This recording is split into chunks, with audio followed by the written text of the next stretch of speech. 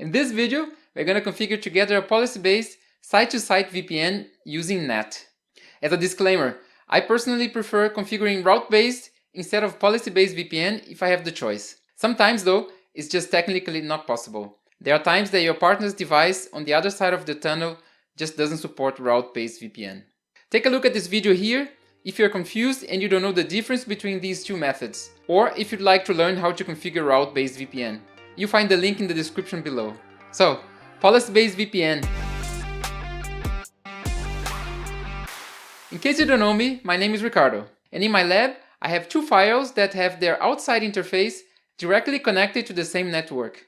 In real life, they will not be directly connected, but through the internet. But for our tutorial, this setup will be just fine. So between these Palo Alto files, we're going to build a VPN site-to-site connection. On the left side, the Ubuntu server is going to make a DNS request to the Google DNS server 8888 and an HTTPS request to netsums.com. The file PAVM is going to use NAT, network address translation, to hide the IP address from the Ubuntu server behind the IP 192.168.217 and send these connections through the VPN tunnel. Let's go to Panorama and start making our configuration. So the first thing we're going to do is to make the tunnel configuration. And for that we go to Network. And I have already a couple tunnels for my other configurations. I'm going to add a new tunnel number 5. Doesn't really matter which number you choose. And under virtual route, I'm going to choose my virtual routers, the default. Security zone, I already have one created for that. It's called S2S. I would recommend you to create a special one just for site-to-site connections. Under IPv4, I don't need any IP address. And I'm just going to click on OK. Now the next step would be to go to virtual routers and to create the routing for the IP addresses that we want to route. So I'm going to click on static routes. I want IPv4 routes, so I'm going to click on add. I'm going to add a route to the IP address 8888. So I like to start my name with the R from route, and then the network, and then the mask with a hyphen instead of a slash. Here under name you cannot use slashes, so I just use a hyphen. And here, destination, I just enter my network. In this case, it's just a host. Interface, I'm going to choose my tunnel interface. And then as next hop, I can choose none. So I click on OK. I'm going to create the next route. I'm going to click on add. And then I'm going to route 157.230.51.45. This is the IP address of netsums.com. If you try to resolve netsums.com, you're going to get this IP address.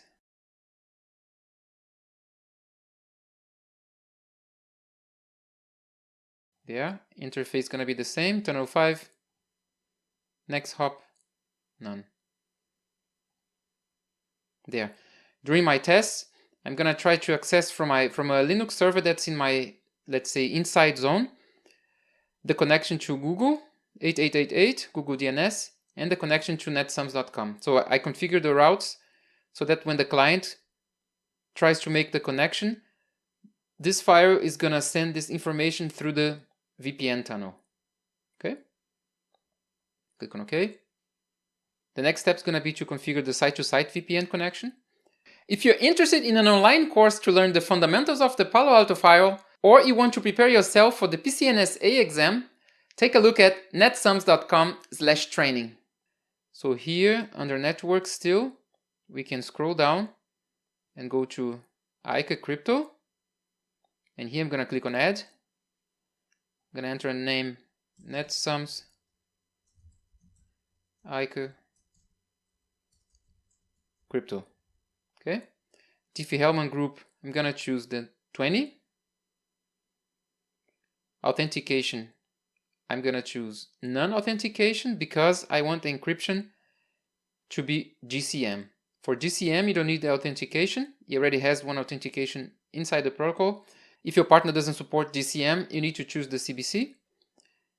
And for CBC, you'd have to choose an authentication. I would suggest you either 256 or 384 or 512. These two I would not recommend.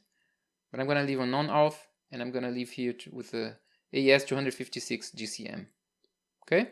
This I'm going to leave like this, 8 hours for the ICA, and I'm going to click on OK. Let's go now to IPsec crypto. Click on Add.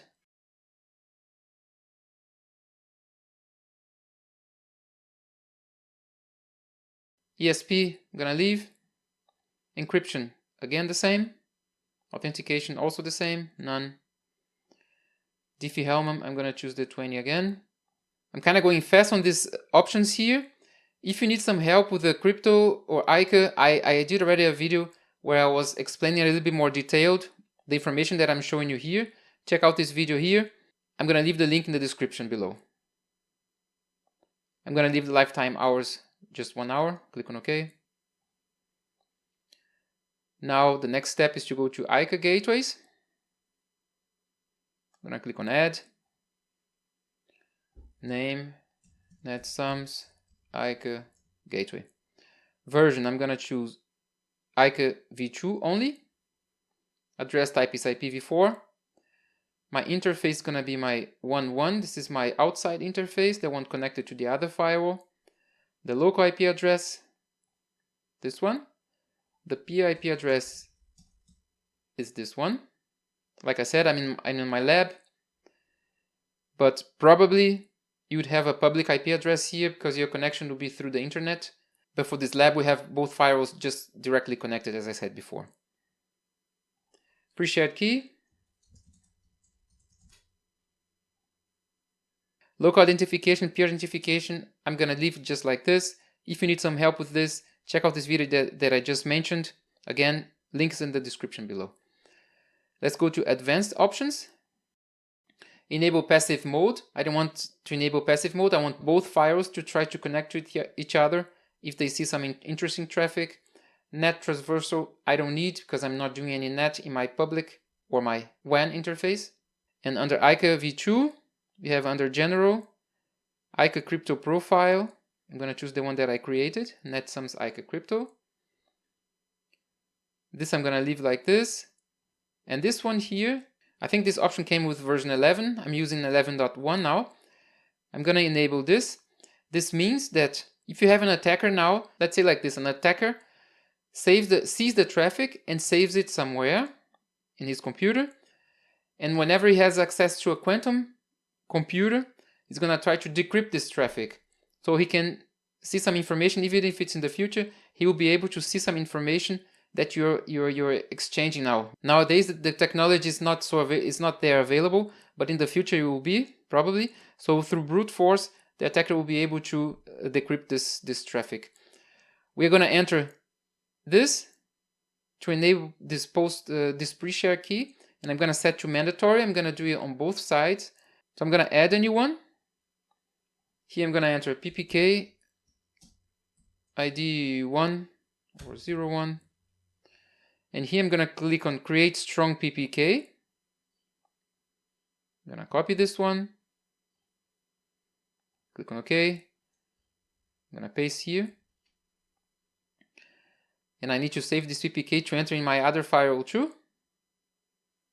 I'm going to click on OK. And that's it. So with this configuration, you get a little bit more security in your communication. Click on OK.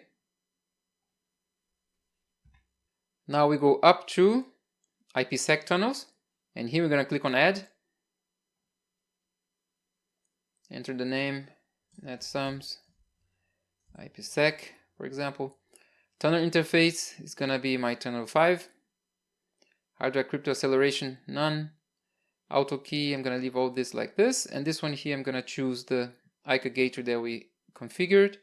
And here, the IPsec crypto that we configured. I'm going to click on Show Advanced Options. I don't really need to change anything here. Now we go to proxy IDs. This is the configuration that's especially for the policy-based routing. The route-based routing we don't need to enter anything in this configuration. I'm just gonna click on add. And here I'm gonna enter proxy ID 1. My local IP address, this is an important part. You have to think like this. The proxy IDs, they have to be the IP addresses that are gonna be forwarded inside the tunnel. So after this forwarding in the tunnel, there is not gonna be any NAT anymore. So whatever NAT you have configured, network address translation, is gonna be before you reach the tunnel. So the information that we need to enter here is gonna be the IP addresses after you do the netting.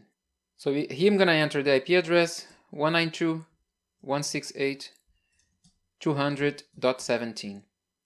This is my NAT IP address for my Ubuntu server. And my remote IP address is gonna be, in this case, 8888. Just gonna click on OK. Now I'm gonna do the same for netsums.com. 192.168.200.17. And here 157.230.51.45. Press OK. Click on OK. If you're interested in a VPN connection sheet, go to netsums.com/resources to download yours for free. Now back to the video. Now we need to create a NAT rule. I already have one. I'm gonna show you. Go to policies. NAT post rules. This is my NAT. Or maybe I'll show you here. It's better. I have, as my source zone is my inside. That's where my Ubuntu server is connected to. My destination zone is my site to site. It's the new zone that I created for the IPsec tunnel. My source is going to be my inside IP address from my Ubuntu server, 10.0.117.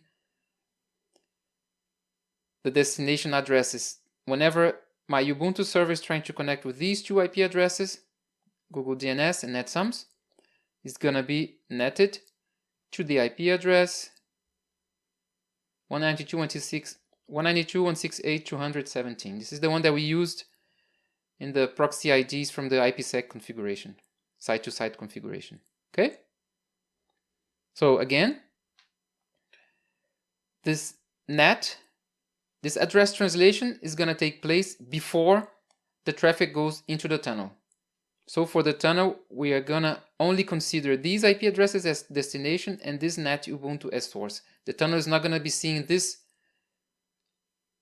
the physical IP address from my Linux server, from my Ubuntu server, is not going to be seen in the VPN tunnel. Okay? Now we can commit, one more thing. Under policies, go to post rules. I think it's here. Yeah. I have a rule called allow Ubuntu site-to-site internet.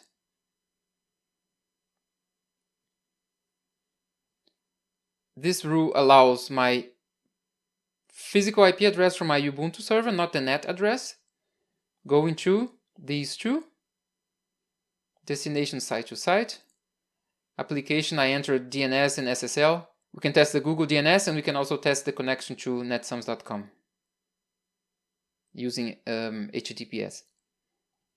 Service default, action allow. Okay? So now I'm going to commit my configuration and send to my firewall. Commit and push. And now I'm going to configure the other firewall just as I configured this one. And we can test the configuration. So now if I leave Panorama and come to my firewall, and then I go to network, and under IPsec tunnels, tunnel and ICA, they are both red. So we're going to open the CLI. So now I'm connected to my firewall, and I'm going to enter the command test VPN ICA SA gateway. Whenever you see that this autocomplete, I'm using the tab key. I'm using it again, and you can see netsums. Enter. Let's take a look at the file now again. And if we come here and refresh the page, you can see that both of them become green. So the connection has been established, And now we can test it from my Ubuntu server. So here my Ubuntu server, I'm gonna do a wget https netsums.com. There, I'm connected. I was able to download the index.html, and we're gonna do also dig netsums.com at 8888. I'm also receiving a response. Now let's go take a look at the firewall logs. So we can go back to monitor, traffic, and the address I want 8888, for example. There you can see a connection from 10.0.117 going all the way to 8888. If you click here on the magnifying glass, we can see that the source IP address 10.0.117 has been netted to the IP address 192.168.217, and that my egress interface is my tunnel 5. So it's being sent through the tunnel. Okay. And if we go to network, again under IPsec tunnels, and if you come here and click on tunnel info, you can see for my remote IP address 8888, that was the DNS request, and here's the netsums.com IP address, and you can see that there are packets going in and packets coming out, 30 and coming back 55. So the connection is working, and the encryption also. Thank you guys for watching the video to the end. I hope it was a good investment of your time. If you haven't subscribed yet, don't forget to subscribe to the channel, hit the subscribe button. And this video here maybe can help you further with the Palo Alto configuration, and I hope to see you in the next one. Bye bye.